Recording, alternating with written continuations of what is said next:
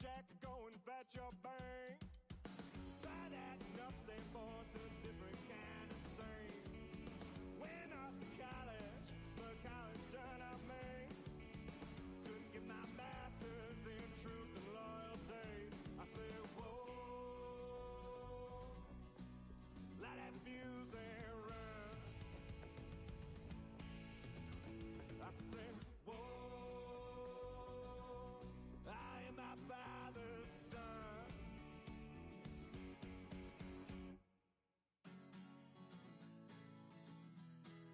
Light that fuse and run.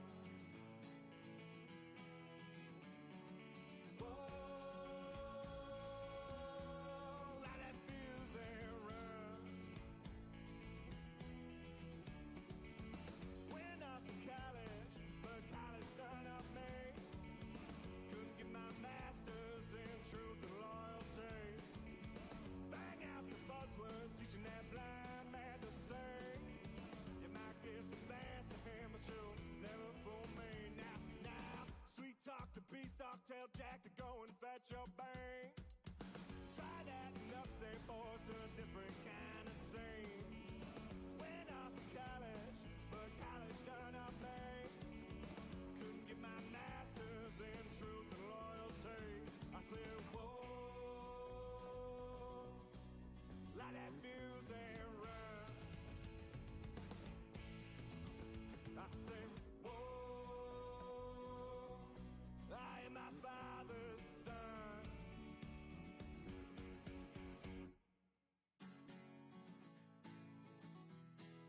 Light that fuse and run. Whoa, light that fuse and run. Whoa, light that fuse and run. Whoa,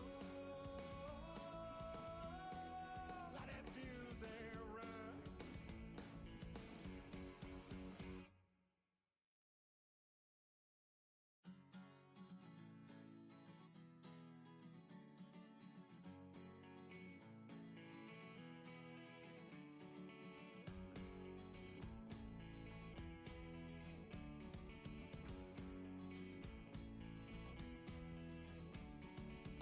Went off to college, but college done up me. Couldn't get my master's in truth and loyalty. Bang out the buzzword, teaching that blind man to sing. You might get the best of him, but you'll never fool me. Now, sweet talk to beanstalk, tell Jack to go and fetch your bank. Tried acting up, staying born to a different kind of scene. Went off to college, but college turned out me. Couldn't get my master's in truth and loyalty. I said, whoa, light that fuse and run. I said, whoa, I am my father's son.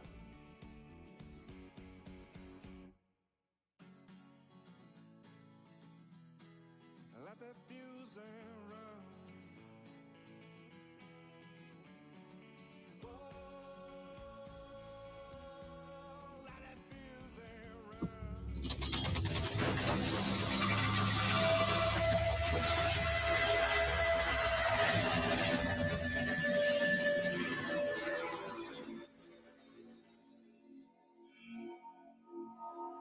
Yo, what is up? 24/7 Buff Fandemonium. What's up, Buff fan base? What is up, Ryan Thomas Take followers? You're here for Sunday sessions with your boys, RT and Scooter Magooter and myself, Swank. Right down below me, you might know him as the smoothest voice in podcasting. Ladies and gentlemen, Mr. Ryan Thomas. What's up, RT? Another great show ahead with Scooter, as well as Swank, of course, and a Saturday night for football, Bills football, no less. It's pretty rare, but if it's Bills football, I'm watching. So Hell yeah. Here I am. What better night than Saturday night for a Bills football game? Where else would you rather be That's goddamn right. Right next to me, my brother from another mother, Scooter Magooter. What's up, Scott? What do you got? What's up? What's up, Swank? What's up, RT? Oh, it's playoff football. I keep saying it. I'm watching right over here. I've got the Cincinnati Steelers game going, and hey, we can use the help we can use. And obviously, the Bills have to win their own, but we're getting big help from the Steelers right now, beating on Cincinnati. Oh, Let's yeah? talk about this Charger. Oh, yeah, 31-8. Pittsburgh's up. Listen, I was at a Christmas event. I don't know if you see the flyness, and there's some slick back hair going on up here. I was showing the boys earlier. So I have not watched any football today. Well, yeah, I'm sorry. You want to hear? Put out there for the boys. You know, I just got a haircut. Not looking too shabby. You know. Yeah, you're looking good. You look good, cleaned up. Got like the marine cut going on. I'm sure the little Josh Young misses got his appreciate haircut. We might as well all get ours, right? I'm growing it out, bro. I'm growing mine out. Screw it. Go. Anyway, that's great news about the Steelers. Haven't heard anything. Listen, if this is your first time watching this show, Sunday Sessions is a great time because usually what happens is while we're doing the show, the inactive list comes out. Now, some stuff is already kind of leaked through, and we're very excited to share that about you or with you. But we go over inactives, we go over our takes for the game, and we love all of your comments and questions coming in. We're part of the Buff Fan Base Network. Go follow Buff Fan Base, and as that entails, we are also sponsored by 26 Shirts. Go to 26shirts.com, see what Del Reed and the gang got going on, spend all of your money there. It's a great thing. Oh, yeah. We got Rob Moen saying go Stillers. We got Lonnie Cook. We got John Johns. We got Lisa Johns. Bill's going to kick some butt tonight, she says. We got our boy Paul Rossi. Let's go. Need this one this week. Series of 3 game 1 seasons. I love it. We got Dr. Bruce McKellar. Go Bills. Big game. Here we go. Here's one of the leaks. Lenny has been called up. That's right. Playoff Lenny's on the roster tonight. Scooter Magooter, what do you got to say about that, buddy? What are you looking for out of playoff Lenny? It's good timing. You know, it's one of those things that there's players in the NFL as they get older, they purposely take the time off to come in to later in the season and thrive. Linville Joseph, I believe, is one of those guys. He wasn't picked up by anybody till late, and now he's on the Bills destroying offensive linemen. He's fresh, he's ready, and the same goes for Leonard Fournette. I can't wait to see it. Ty Johnson is hurt. He's not playing today, so I think that's the reason why they brought him in. Mm-hmm. Forget about size with Fournette. We know he's a big, solid dude, big thighs. He can also catch the ball out of the backfield. He can do anything a third down back can do. So I'm excited to see what happens. I'm not exactly sure how this bringing people up from the practice squad thing works. Jared knows how it works. He usually mentions it on the show, but it'd be good to see him. It'd be good to see him and get him involved in this offense a little bit because we may need him this playoff time. Well, I think you can call him up 3 times off of the practice squad before you actually have to sign him to the 53-man. Am I right, RT? Yes. Leonard Fournette, let's go. I am fired up for Leonard Fournette. I thought about it. You know what? I'll just do it.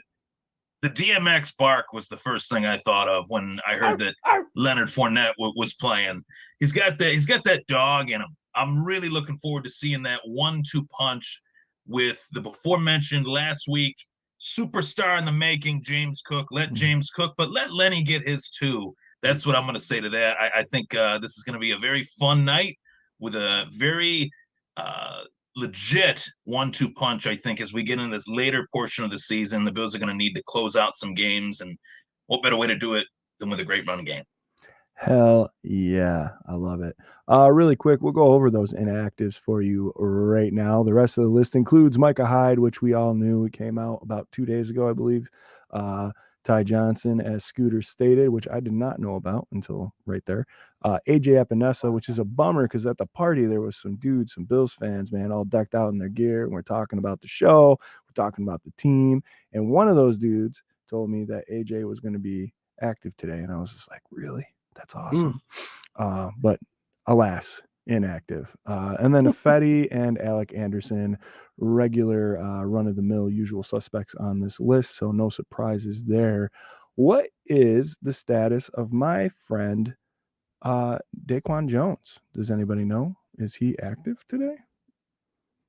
I don't believe he's active, Swank. Okay. I hadn't seen it. I did some digging on that myself. And Okay. as of right now, I don't think he's active. I know that they opened up the 21-day window for him to be taken off of IR and then to eventually play. So if he's not playing this week, with that one extra day that they'll get heading into next week, potentially, right? What's their game schedule next week? It's on a Sunday at 4, right? 1, I believe, isn't it? Oh, New it's England? at 1. Yep, Okay. against New So, England. well, It's our last Sunday, 1 o'clock game. get that one extra day. That's right, New Year's Eve. Wow, I can't believe we're already at that time. I know. But yeah, so that's one extra day from this matchup tonight, and hopefully that gives them that extra day's rest to be back. But I mean, obviously, the name that Scooter mentioned, Linval Joseph, I'm looking forward to seeing Linval Joseph and Daquan Jones out there at the same time. If we're able to see that, I know they're both very similar players. Typically, they like to pair one or the other with Ed Oliver, but I'd like to see the big dogs eat at D tackle as well, not just at running back. Let those guys put fear into the quarterback. I love it. Absolutely love it. We got some questions coming in on the comments. Dr. Bruce saying, is Swanky drunk already? Well, you're the doctor. You tell me. Lisa John says, I heard he's been drinking since noon. Unfortunately, no, I'm not drunk. I'm sorry if I'm acting drunk. I had one beer. Actually, I popped one open at the Christmas party. They said the beers were in the fridge. I grabbed a hazy I'd never seen before, and I popped it, and I'm sipping on it, and I was like, this is kind of horrible. Like, tastes kind of bad, but that's okay. I'm going to drink it. That's the worst. Yes. And then I got looking at it, and it was an NA hazy. And I'm like, now I understand why this tastes like garbage. So I went over and got a Blue Light. All was well. But no, I've only had one and a couple sips. But don't worry. I got a 3-day weekend. I got some Broken Skull IPA and Broken Skull American Lager. Nice. Crack open some cans like Stone Cold with his own beer. What's better than that? Hell yeah, dude. That's awesome. I've been drinking that Jameson Orange with Sprite and ice. I tell you what, this stuff's pretty good. That's awesome. That's awesome. Scooter with the mixed drinks. Not bad, man. I know it, man. That's my Christmas Eve tradition. We got all the family. They come over tomorrow. We do our Christmas on Christmas Eve, so my sister can open gifts with the kids on Christmas Day, and we do Jack and Gingers and just kind of have like a grazing. Everybody gets their favorite food, snack, whatever, and hang out, open gifts, and get a little buzzed up on Jack and Ginger. So I'm gonna be right there with you tomorrow. Not 1 but 2 Christmas Eve parties, and I'm not driving to either one of them. So that's a preview of what's in store for me tomorrow. Hell yeah. A cool new thing that's been happening with the show, man. Twitter, you guys are in it to win it. We can get your comments, we can see your views. That also means, surprise, we're doing a giveaway show. If you leave a comment, you will be entered for the Wheel of Death. And you can go to our bonfire store and pick out any item if the wheel chooses you. So any item on our store. I saw Paul Rossi said that he's stoked to be wearing his Doot hoodie that we put out there on Christmas. So go check that out. 247buffandemonium.com/store. Dogs are running upstairs. Don't know if you can hear that. It's pretty awesome.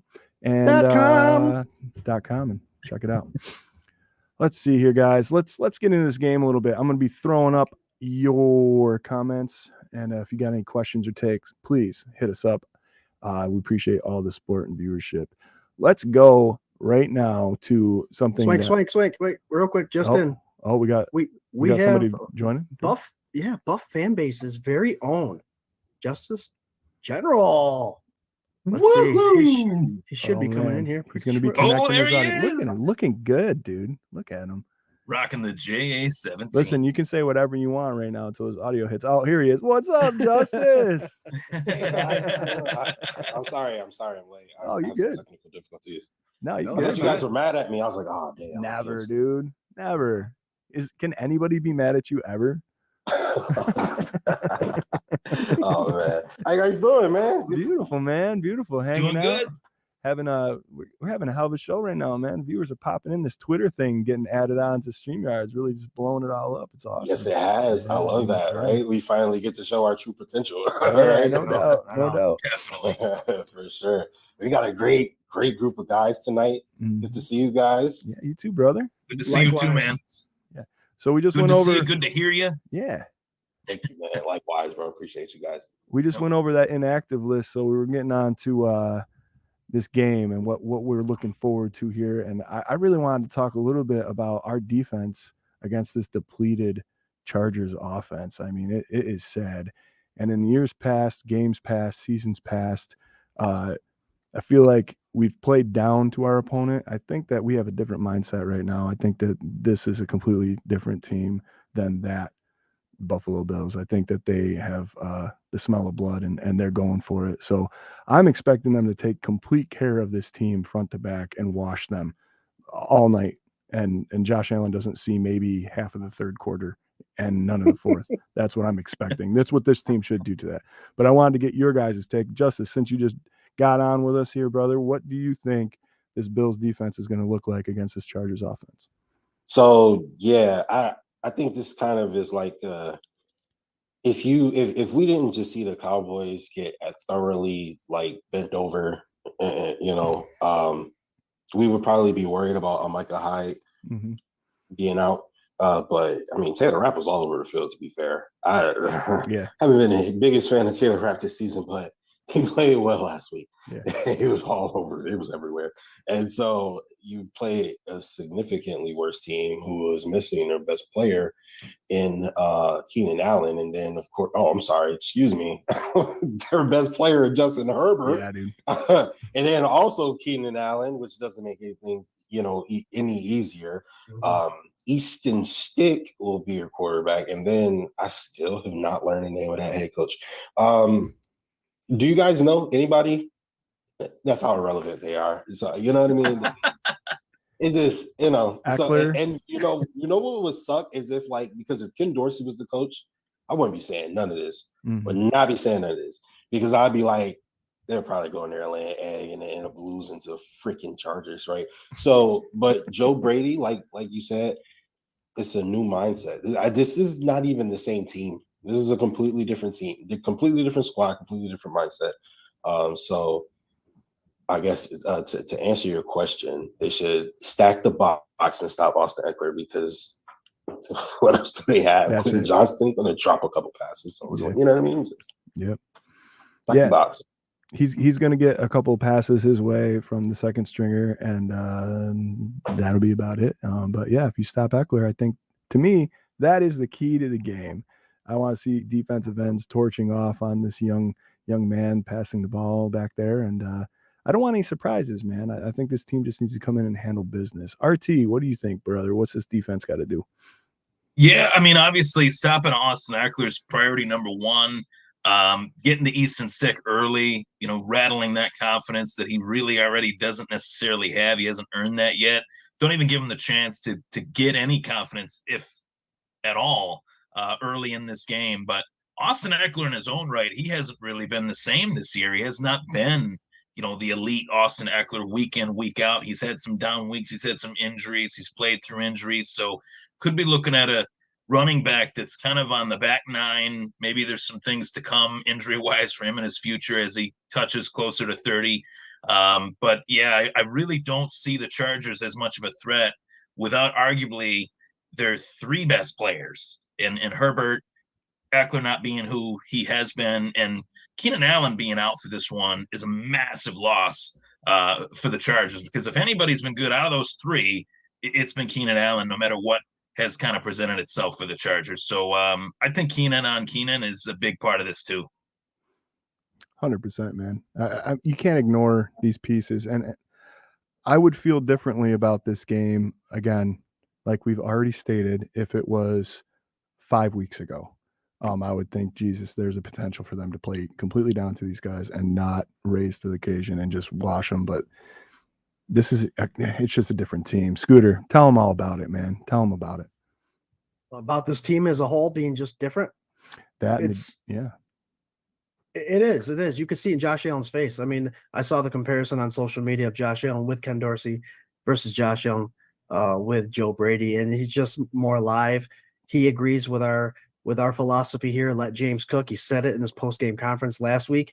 It is. It's a whole new mindset. They're playing playoff football, and they're chippy and they're aggressive and they're not putting up with any shit. And this is exactly what we want going into playoff time, especially with the few games we have coming up and ending with Miami. But we do have to take one game at a time. And this game could potentially be one of those games that we're kicking our TV over, because it's like, the San Diego, Los Angeles Chargers don't have anything to lose right now. Jared said this earlier in the K-Gun report. You got to pay attention and be disciplined for those fourth down plays, the trick plays, the reverse passes, all that stuff. Because what they got to lose, and with a new quarterback, the offense isn't doing what they're doing. They're going to be desperate and try anything. So this defense just has to mind their P's and Q's and just play solid football. And I think McDermott's going to bring some pressure. You're going to see Stick get stuck. Well, that's catchy, dude. Did you write that one down earlier today? That's I created a shirt earlier too. Dope. Yeah, I mean, that's agree. a t-shirt. Yeah, hell yeah. I agree with you, man. I think they just got to play their game, right? Yep. Like the same defense that they've been playing these last couple of weeks, and I think you're going to see it. I think McDermott really got that chip put on his shoulder with that article. And the way this season kind of ramped up, where they thought that the media thought they were going to completely cut the Bills down and get them out of this playoff discussion, and it did the complete opposite. And I'm so here for all of it. It's awesome. So let's talk about our offense. Mr. James Cook put on a clinic last weekend. I expect more of the same. Justice, what do you think, man? What are we looking at of this offense here? I mean, yeah, it's crazy because you take a look at the stats and like. I guess when you look at the Buffalo Bills, you really wouldn't think about it, especially previous to last week. But James Cook is actually like number 2 in the league in rushing or something like that. I think he's number 2. And then might be number 2 in like total yards for running backs. He has a lot of yards, is my point, right? And he's out there looking like Christian McCaffrey, if we're being quite honest. He looks every bit as good as his brother did, except maybe a bit better as a receiver. And if he doesn't have those 2 drops, both go for touchdowns, his numbers look even gaudier than they do right now. And he might just be up there with Christian McCaffrey because one of those was a pretty decent pass. The one in Denver, doing against Denver, was a pretty good distance. So James Cook is I mentioned it on Twitter. There doesn't really seem to be any superstar running backs anymore. You know what I mean? Christian McCaffrey, that's it. What happened to Alvin Kamara? What happened to Derrick Henry? Jonathan Taylor and all these guys. It kind of like nowhere to be found. Even Jahmyr Gibbs doesn't really get a lot of play. Bijan Robinson doesn't really, you know what I mean? Yep. They're underutilizing those guys, and it's like, well, James Cook here, he comes along and it's just like, hey, I'll be second in the league in rushing. I'll show that, I can be. Just by default, he has to be a superstar running back because who else is playing better outside of a superstar running back? And then also that kid, he just played yesterday. Kyron Williams. Kyron Williams, superstar. Nice. Yeah. Him and Cook are up next, I feel like, and I'm glad that we have Cook because now we have another dynamic piece to work with. Josh, who is obviously the most dynamic piece, and then you have another super dynamic blue chip player in Stephon Diggs, and then you got another potential blue chip player in Dalton Kincaid. So that's 4 guys right there to build your future, this offense around, and then the offensive line looks really good. This is the most dangerous team in the league right now, bar none. 100%. I'm right there with you, man. I love every second of it. Kyron Williams actually snuck in to second place just because he played yesterday. He's got 1057. James Cook has 968. Christian McCaffrey at 1292 rushing on the season right now. I see James Cook, Hall of Famer. James Cook moving back into second place tonight. RT, what do you think, buddy? What do you like out of this offense? What do you want to see tonight from the Buffalo Bills? Yeah, kind of echoing what Justice touched on there. It's a funny flow how this league can kind of go one way, go the other way, whether it's a passing league or a running league. You look at it is a passing league, but you look at the teams that are elite, they have elite production from the running backs. So then it goes to show you that if you have an elite productive running back, you're a running team. And when you're looking at previous years of the Buffalo Bills, they could not run the ball effectively at all. And sometimes I wouldn't even say they couldn't run the football. Sometimes they just wouldn't run the football. Yeah, they wouldn't commit to the run for nothing. So now we're moving forward and we have this guy that I think he is far more potentially better than his brother. And his brother was a Pro Bowl running back year in, year out, put up gaudy numbers in his own right. But the ability of him to catch in the backfield, I think that's something I mentioned last week. We'd see it, and we're seeing it more and more.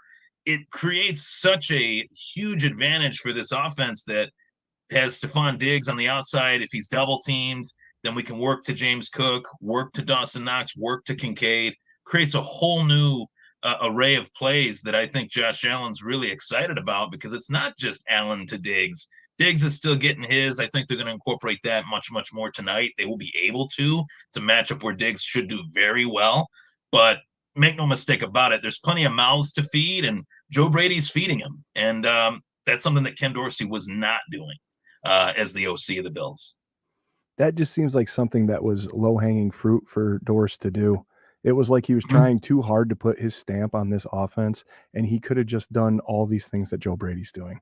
Like, I think that it was all there on the table for him to do, and he just... You had the players to do it. He just didn't do it. He just didn't do it. And I mean, Joe Brady, man, like, to me, like, what is more like the easiest job to step into, like, than what he just got? And he looks like a hero because he just mixes it up more and studies in and commits to like a game plan and executes it. Like, Josh Allen, man, having fun, having the headsets down in between series, like just that constant communication. And you can see it. Like, I have not seen stress on Josh Allen's face since Joe Brady took over.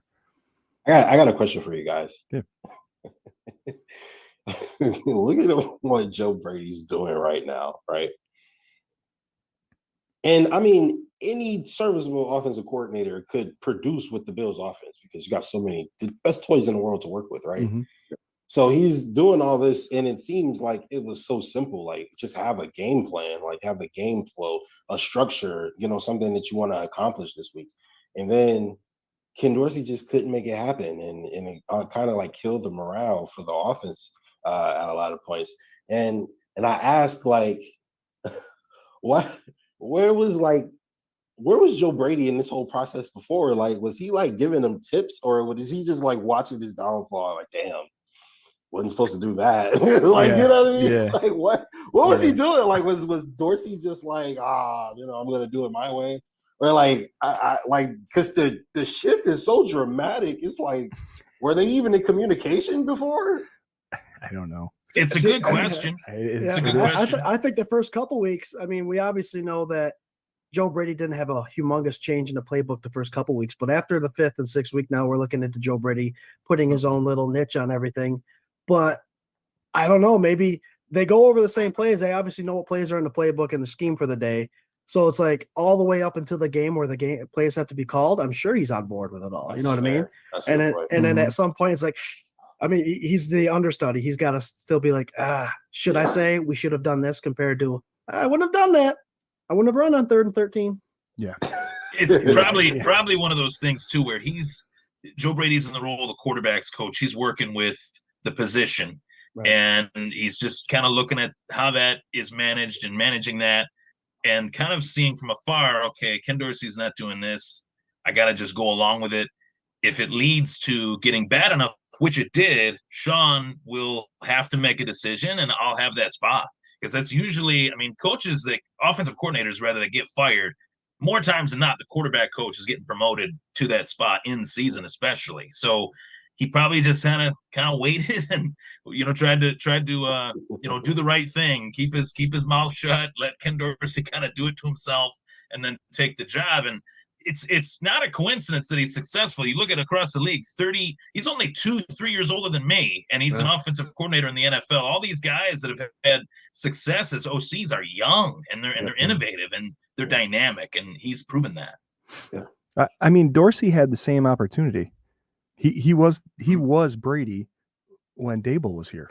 So it blows my mind that you're like, man, I can just cruise control. Like, I can just go in here and basically do the same thing. If I keep Josh happy and motivated, like, this team can go. Like, I if it was me, I would be like, Josh, what do you want to play? What do you want to run? Yeah.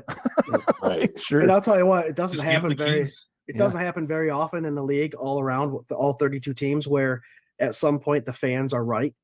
This whole time it was Ken Dorsey doing this, and we were pounding the table saying, use James Cook, throw a screen, do this, do that. And we play some prop bets on it every week with screens they would not run. That's how bad it got. And it doesn't happen very often, but he made all of us look like geniuses. So thanks for that, Ken Dorsey. Yeah, appreciate Maybe it was just the art of the play call too. Maybe once he was in that booth and he had the play sheet in front of him, it was just overwhelming. You know, he obviously was just not capable of that position. You know, I think he was successful as a quarterback's coach, but not a coordinator. And Joe Brady was one previously, right? So it was just that experience factor.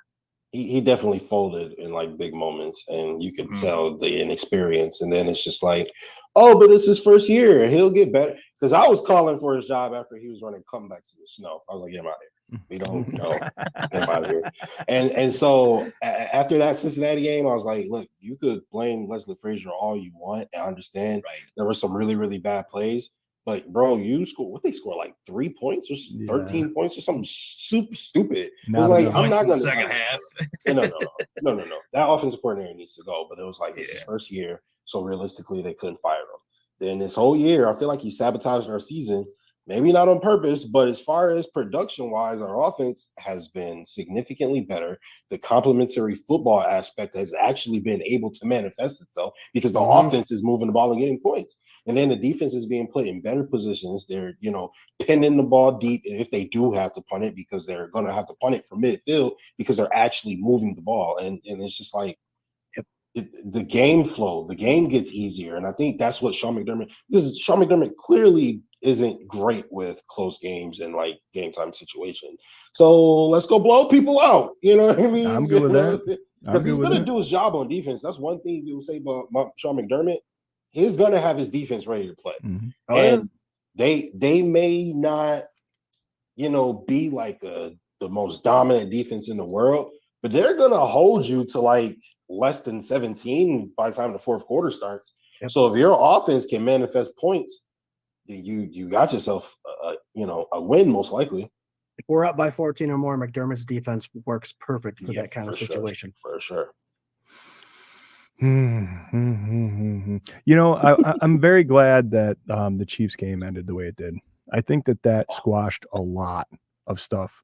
As far as like how many like improved a lot too. Yeah, it improved a lot, and it got a lot of weight off McDermott's shoulders. The article, all this crap that came out, all that stuff, and he never wins close games, and then he won a close game, and they played him tough, and they're one of the top teams in the NFL.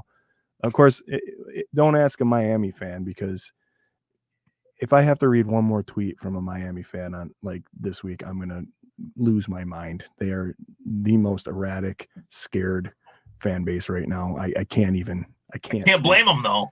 They should be. Can't blame them. I'm not gonna lie. I'd be in panic right now too. Yeah. Oh, it's beautiful. Hey, thank God for Joe Brady, huh? Sure. Guys, you're watching Sunday Sessions with Scooter Magooter, Ryan Thomas from the Thomas Takes Sports Podcast, and the Justice General himself of Buff Fan Base. And we like to give our takes. We like to give our bold predictions, our X Factors. This is our kickoff show. We have a great time. We're sponsored by 26 Shirts. Go to 26shirts.com. Give them all your money. You can buy something for somebody you like. It can benefit somebody right in Western New York. And you can get all warm and tingly in the Christmas season. It's beautiful. There was a commercial that they actually posted. I think they have like 50% off hats and was it 20 or 30% off shirts? I think it's 30% off shirts. Nice. Go check it out, man. 26shirts.com. Cool. Takes 2 seconds, and you got a whole hour before the game starts. Well, hang with us before that for like the next 10-15 minutes, and then go do that. That'd be good. Guys, let's get some bold predictions. And if you're in the comments, please hit us with your bold prediction for the game. Scooter Magooter, I'm going to lead it off with you, brother. What is your bold prediction for today's game? I'm going to change it up from what I said on the K-Gun report, only because February 11th is not that far away, and we all know what date that is. And this is the first time we're seeing Joe Brady play his offense in a dome on this fast turf, no weather. I can't wait to see it. I hate to say it. It's a preview of what we're going to see in a couple months, but we can see what this offense is all about. He's going to put the run game together. He's going to put the pass game together on this fast turf in a dome, no weather. I can't wait to see it. Josh Allen, 4+ touchdowns. It's all coming together at a perfect time. Nice. 4+ touchdowns. How many passing? How many rushing? 4+. Just 4+. 4+ rushing. DraftKings doesn't ask you that. Okay. Josh Vick. Oh, it's an anytime And TD. you know what? You might I want to got take the you. any given touchdown for Fournette today because we're going to see a little bit of it, I think. This dude. Hashtag Josh Vick tonight. Yeah. All right, RT, what do you got for a bold prediction, man? Bold prediction, kind of going in line with Scooter's 4+ touchdown. I'll go 2 touchdowns each for Dalton Kincaid and Dawson Knox. I think this is going to be the game where we got both tight ends healthy for the first time. Kincaid was battling some stuff last week. I've heard he's good to go. Dawson Knox, good to go as well. They're starting to feature Knox out there more. His snap count getting higher each and every week. I think that this is going to be the week where we see Dawson Knox and Kincaid really take over this game. And whether it's 12 personnel or not, we could see Kincaid in the slot. We could see Knox lined up wide. I'm looking forward to seeing that, and I think we will tonight. Chargers are very susceptible over the middle, and they're susceptible in coverage. Their linebacking core is old and just not good. So take advantage of that, JB. And Brady's obviously including that 12 personnel more and more effectively. So I could definitely see that. That'd be something else, wouldn't it? 4 touchdowns for tight ends. So if you're playing along at home with your FanDuel parlay, your self-made parlay, you are getting Josh Allen with 4+ and 2 tight end touchdowns from Kincaid and Knox. That would probably, for a $2 bet, get you about $5,000. So Go ahead and put that in right now. Yeah. I like it, dude. Well, I think Kincaid. Wait, there's more. We got 2 more. Well, yeah, hell yeah, we're stacking it, and you're putting the money down on it. Defensive parlays coming. Jerry's always looking for a crazy parlay. This one doesn't sound too crazy to me. I like it so far. Justice, what do you got, buddy? What's for the bold prediction for today? You know what's funny is the guy Scooter. He said 4 touchdowns, right, for Josh Allen. Mm-hmm. Ryan says 2 touchdowns each for both the tight ends, so it's 4. Right. Mm-hmm. I'm the 4th child born of 7. I was born on January 4th, the 4th day of the year, 4th day of the 4th month, on a Wednesday, the 4th day of the week. And my prediction, I swear to you not, before I heard you guys, was literally, there is not a quarterback that has ever existed in the NFL that has scored more passing and rushing touchdowns in a single game than Joshua Patrick Allen. All right. Well, he is going to up that streak, take it to 11, and he's going to double up. He's going to have 2 touchdowns rushing and 2 touchdowns passing. I love it. I swear to goodness, that was in my head. And I'm listening to you guys. I'm like, that's crazy. This is insane. So, Buffalo, hey, something's going to happen. He's going to have 4 touchdowns. I feel it in my bones. You can't deny it. You know, I believe in this more than I believe in a psychic. Hell yeah. If he gets 4, we got to clip this. Yeah. But we can't edit it so that I look like the skeptic. So now I got to figure out something 4 I want. I already got it. That defensive line, bold prediction. You're going to get my boy, Mr. Floyd, getting 2 sacks. You're going to get my boy, Von Miller, getting 1 sack.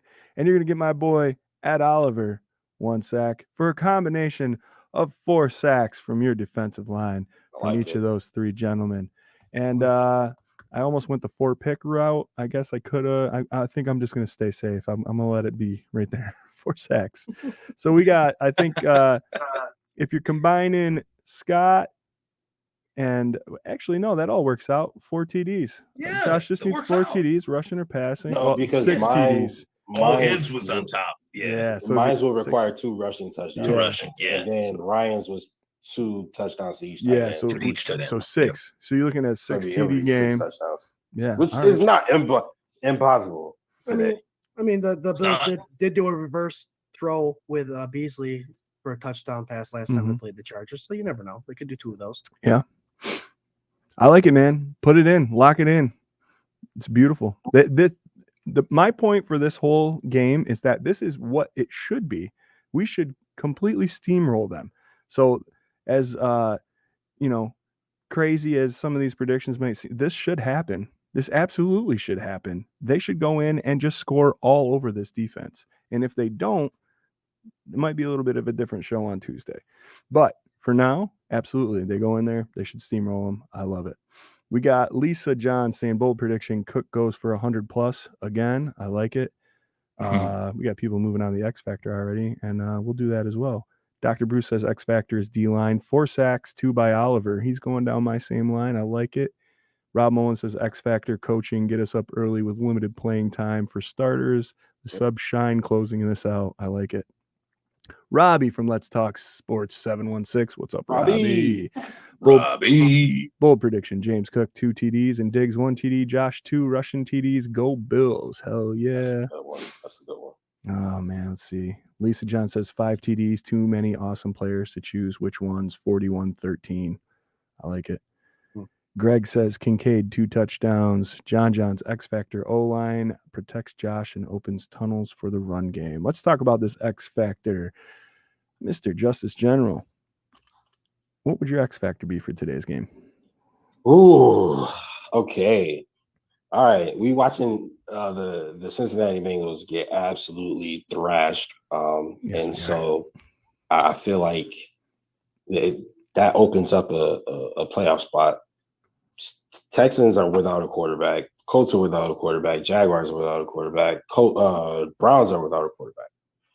So I feel like one of those spots will open up for us. I'm pretty confident in that, especially if we win these next 2 gimmies we have. So I feel like we'll have a playoff spot.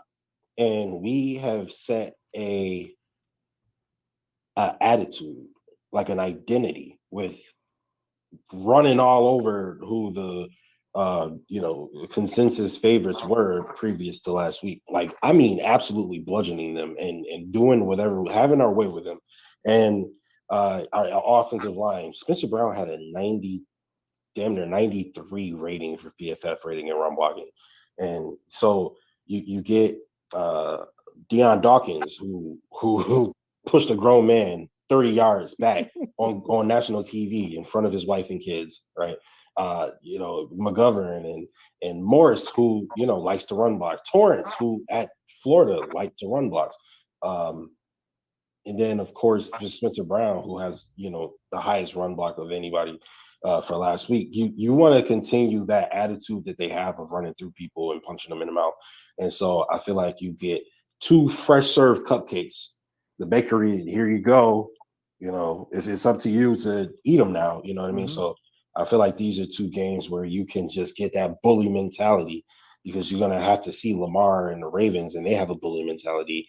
And ultimately, you're probably going to have to see San Francisco, and they have a bully mentality. So you need to be able to match that. Yep. 100%. I like where you're going. I love it. I like where you're going with it. I love it. RT, what do you got for an X Factor today, buddy? Especially in Buffalo, Justice. We want physicality in the snow, tough, gritty, blue-collar football, right? And that's what I'm hoping for, too, to echo what Justice said. But one thing that I think I've touched on it here and there these last few weeks, but I'm really starting to notice an evolution in Terrell Bernard's game. I've been very impressed with how this kid has taken this middle linebacker spot and essentially ran away with it. And it was his job to lose. But you guys got to go back to training camp, preseason. He wasn't even practicing. He wasn't even playing in the preseason. He takes this middle linebacker job. He's made play after play after play in the most critical moments in games, at least 1 a week in games that they've won and lost. So that's my X factor for tonight, where the Chargers can't really necessarily cover in the middle. Easton Stick, he's not going to be gunning the ball down the field 40 yards. He can't do that in a game that is his second start. He's going to be looking for the conservative plays. I could easily see Terrell Bernard pick 1, maybe 2 in today's game. Yep. Oh, I love it, dude.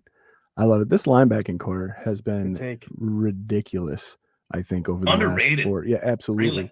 Yeah. Look at Dotson. None of us wanted Dotson to come in and replace. He's been doing really well. Yeah, really well. Yeah, insanely well. Like, and a pleasant surprise. I just remember when all of us were like worried he was going to take the spot when Bernard was out in the preseason, and then all of a sudden Bernard came in. It was fine. But like Cam Lewis too. Yeah, Cam Lewis. Yeah. Cam Lewis has QB's always on. been bad, and he's playing well now too. So these are just like looking good for us right now. Really. Yeah. And who would have thought that at the beginning of the season with all these injuries?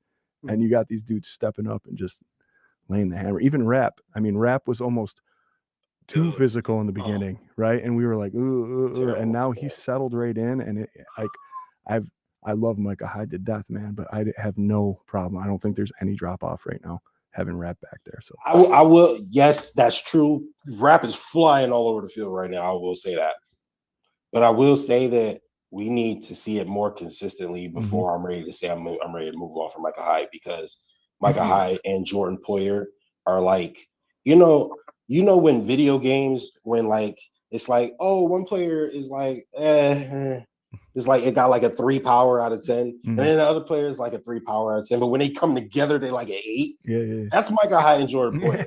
When they come together and on the field at the same time, they just elevate everything, and then it gives the power to everybody else on the field, right? So I would, because Michael Taylor Rapp has been playing great, but I would like to see that more from him, because at the beginning of the season, I was like, all right, let's not bring him back. Getting his feet wet in that new defense, though, maybe a little bit of trepidation, learning and not knowing his role, and then when injury happens, it's like, well, now's your chance, dude. Like, show us that you're a complete total package type safety. And we have seen more of that. To Justice's point, these are all pros that he's stepping in, for. These are guys that have been here, that cultivated the culture the last 7 years, and it's week to week with that. You don't just earn those Micah Hyde stripes with a couple good games, but he's been much, much better in comparison to early in the season. Yeah, and you might have to wait till the end of week 18 to figure that one out with Rap, because the offensive schemes that we have to play against the next 2 weeks aren't that impressive. That Miami game will be the one where Justice might finally say, I like him back there. Yeah. Yo, this was not a PSA to get rid of Micah Hyde. I want that dude to stay for sure. But absolutely, man. We love Micah Hyde. We love Micah Hyde. Why can't you? But we always play with like extra DBs in the backfield, so there's room for all of them, really. Right. 100%. Yeah, and he's even taken on that Teron Johnson role in some cases too. So there's a lot of flexibility with this defense, and Sean McDermott uses it. We even mentioned Dodson.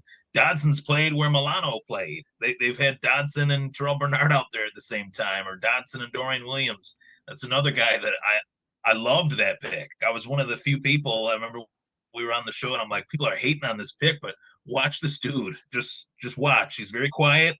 Just focuses on the game. Doesn't say much, but he says a lot when he's playing. Can I ask you guys a question real quick? I know I keep talking like mad long. I know. No, you're good, dude. Okay. All right. My question is, just take a look at like what Dayball did with the Bills, right? Dayball wasn't perfect, but like he had an all-time great offense, and he used them like they were all-time great offense, right? And then you get Ken Dorsey, who, by the grace of Josh Allen's arm, looked like a decent offensive coordinator, right?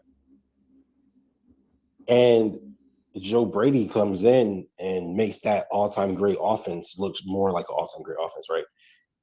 Did Ken Dorsey inadvertently sabotage the Bills season, or at least try his best to? I don't know if it was a sabotage, Justice. I truly understand where you're coming from, because it's like, it was inadvertently, inadvertently. It was so bad. It was so bad that the average eye watching it, not even knowing the X's and O's of the game, but just knowing how talented this team is, would say, what sauce is this guy on in the rest? Does he have like some sort of flask that he's partaking in during the game? Like, what's going on here? But on the flip side of that, I think he's just a coach that didn't know how to call plays. Like, there was just not that situational play calling trait in his upstairs in between the years, I guess. Whereas Joe Brady, maybe the college game a little bit with the experience in Carolina, with the athletic specimens that they had in McCaffrey and a few others, helps obviously in comparison to a guy like James Cook, where he's been able to kind of shadow some of what he did in his previous experiences, where Ken Dorsey didn't have those. He didn't have those previous experiences. That's my take on it. And Joe Brady also coaches a Joe Burrow, a Jace Young, a Justin Jefferson, LSU, a Thaddeus Moss. You know what I mean? So he's coached these overpowering teams before, so he knows what to do to get great players involved. Right. Freak athletes, and that's what Buffalo has. They have freaks on the field, you know. I'll make it easy for you guys. Ken Dorsey was an all-American college football quarterback, correct? They thrive off the offensive play. They thrive off their offensive coordinator and the plays that are called for him. He did not excel in the NFL, a league where you have to think for yourself, come up with plays by yourself with audibles, and be able to make the adjustment. That tells me right there that he could not make that adjustment to be a play caller because he couldn't even do it as an audible play caller in the NFL as a quarterback. But a great QB coach, that's a great point. That's a great point. Right. I think there's something, and he will find a job. There's make no mistake about it. He probably will be on the Giants in a year as their quarterbacks go. I can see that. That's probably what's going to happen. If Dayball and Shane keep their jobs, I can see that. Yeah. I think there's something to be said about being too close to it too, right? And having to live up to something and being that close to it to where like you can't see like one step back where you're like, oh my God, what am I doing? Like you get in your head too much. I think like a lot of teams used to do that with like Brady and Belichick, where like Belichick's a genius. We got to like outsmart him before he even does anything. And Belichick was just playing his game.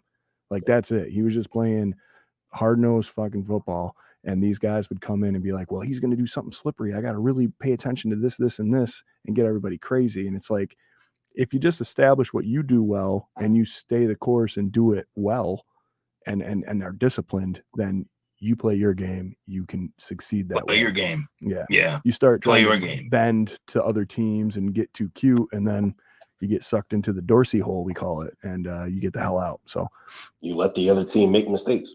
Exactly. Yeah, and I think that can be echoed in football, and I think it could be echoed in any other sport. Rather than worrying about what the opponent's going to do, worry about what you're going to do. Yeah. And be on the offensive in both offense and defense. You know, but also know how to adjust though as well. Right. Also know how to adjust. Yeah. Yes. Be open to adjusting. Adjust for nothing. No. Be open to adjusting. If you have to adjust, know that know when you have to adjust. Don't adjust too late. That's another facet that I think coaches kind of fall asleep on. Even coaches that have been around for a long time, like you got Pittsburgh calling for Mike Tomlin because he hasn't adjusted in these games. He's had these crucial moments. They're winning tonight. They got a big win tonight, but previous weeks, like this team is better than that. Yeah. And there's those little coaching miscues that those add up for a fan base, especially like Pittsburgh or like Buffalo. Mm-hmm. Yeah, like Dorsey, he could not quit those halfback draws on 4th and 1. Hey, get his shotgun, hand the ball off. Yeah. Hey, we need a yard. Hey, delay, then hand the ball off. Okay. Yeah. Give me twitches, man. Did we do your X Factor, Scooter?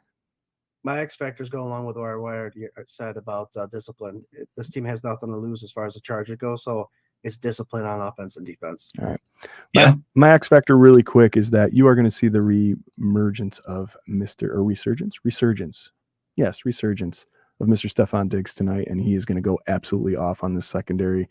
No more questions about why hasn't Diggs had a 100-yard game and blah, blah, blah. Dude's going to have 1,000 yards for the 4th consecutive season tonight, and he is happier than can be.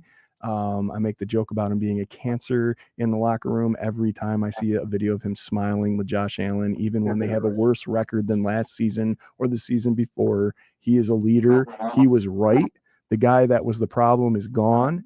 And right there you are. He was right. He was right all along. He was right all along. Was right. Tidbit about Stephon Diggs too: 147 yards away, receiving yards from 10,000 for his career. 10,000 receiving yards in a career. That's pretty legendary. You don't think his best friend's trying to get him that tonight?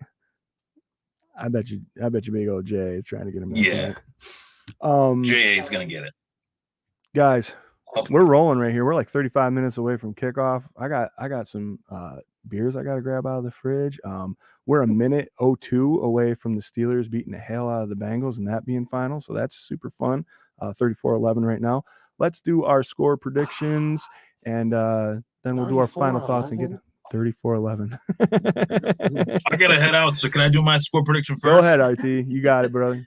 All righty, buddy. Thank you. Thanks to you guys for having me on. Justice, it's a pleasure chatting with you.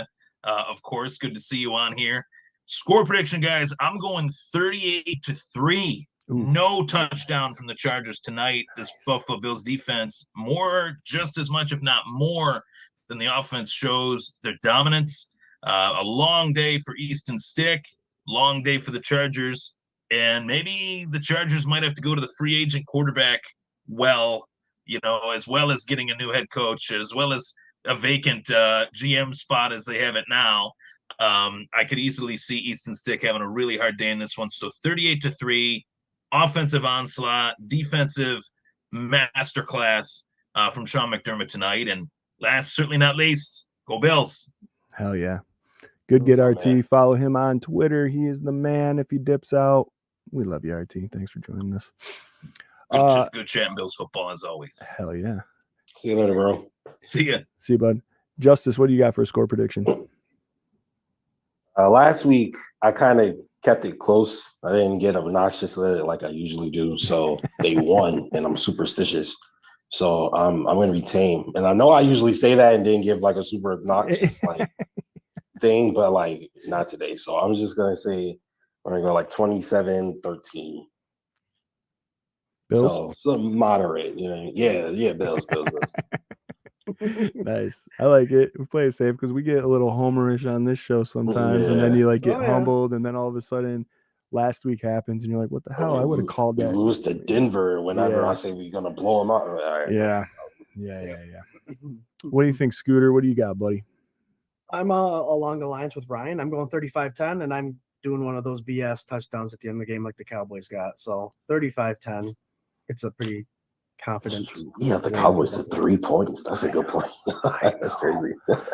I am going to go 45-6, and I think that last touchdown is going to be scored by playoff Lenny being handed the ball by Kyle Allen. So I think our second string is going to go down and march on these fools too. I've been trying to be a little humble about it, but I can't right now. I want to have fun. It's Christmas Eve, man. Christmas Eve. Oh yeah. Eve of Christmas Eve. Let's see what we got here. Lonnie says 32-10 Bills. Let's see. Lisa says Justice last year I was always Bills by 50. Me too. We got Derek Bills 37, Chargers 9, John's 35-3 Bills, Mike V 59-21 Bills, and the good Dr.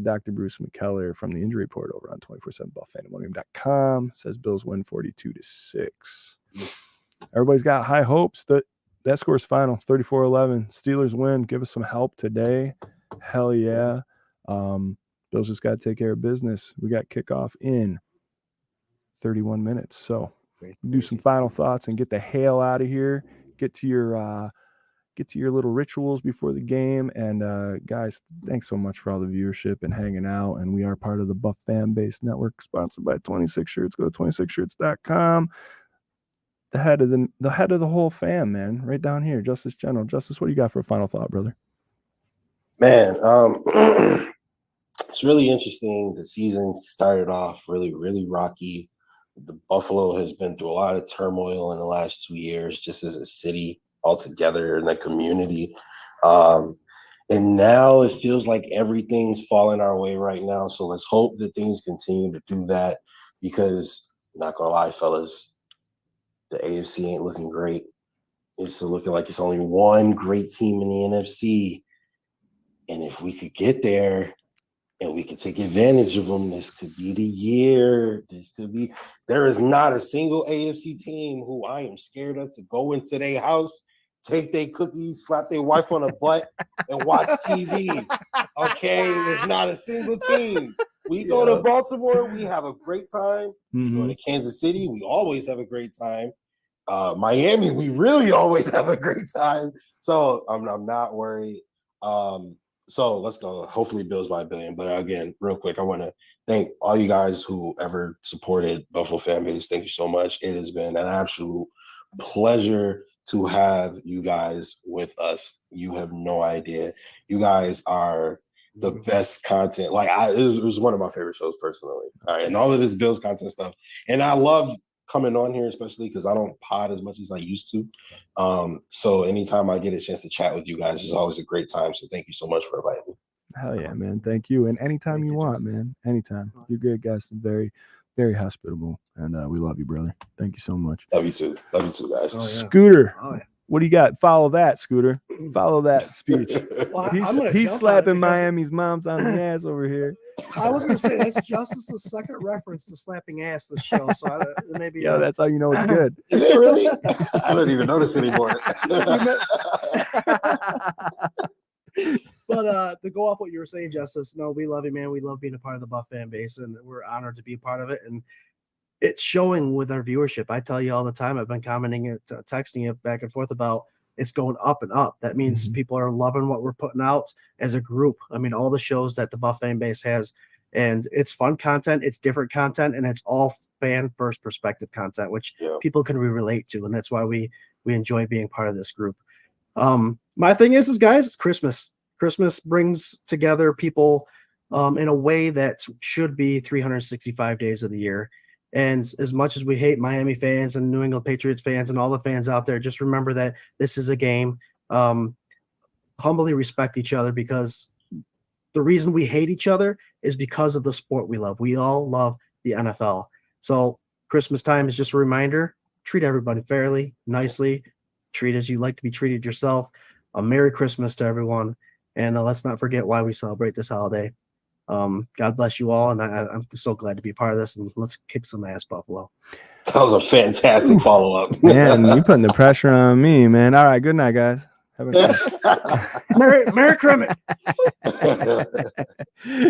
Hell yeah, man. Look, we love you guys so much, and without you guys, there wouldn't be any us. And we started this thing with some really crappy equipment like 4 years ago, and I think the first time we streamed it was to like 2 people, and I'm pretty sure 2 of you were still in the comments. So for all that's been built, the beautiful marriage and Justice for bringing us into the fan base, and I don't know, it's just perfect. It feels right. It's fun. And we're here for the lows and we're here for the highs. And I'm gonna tell you, man, these next couple weeks, there's gonna be highs. Like we're here for it.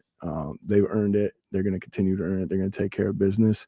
And it's Christmas, man. Like, come on. How can you not on Christmas, bro?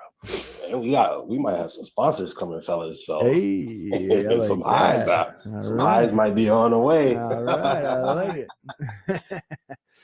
Guys, you can check us out every Tuesday night for the K-Gun Report at 8 p.m. Eastern Standard Time on YouTube, Facebook, Twitter, anywhere that you follow us on social media or the Buff fan base. Also, don't forget, Sunday Sessions happens an hour and a half before kickoff every time there's a game, any game day, Monday, Sunday, Saturday, in this case, Thursday, whatever.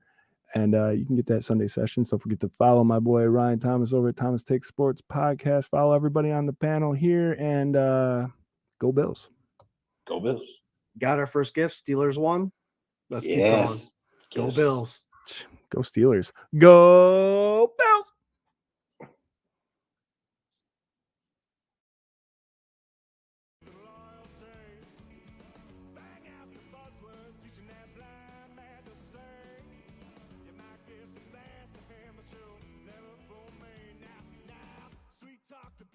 Tell Jack to go and fetch your bank. Try that and upstate for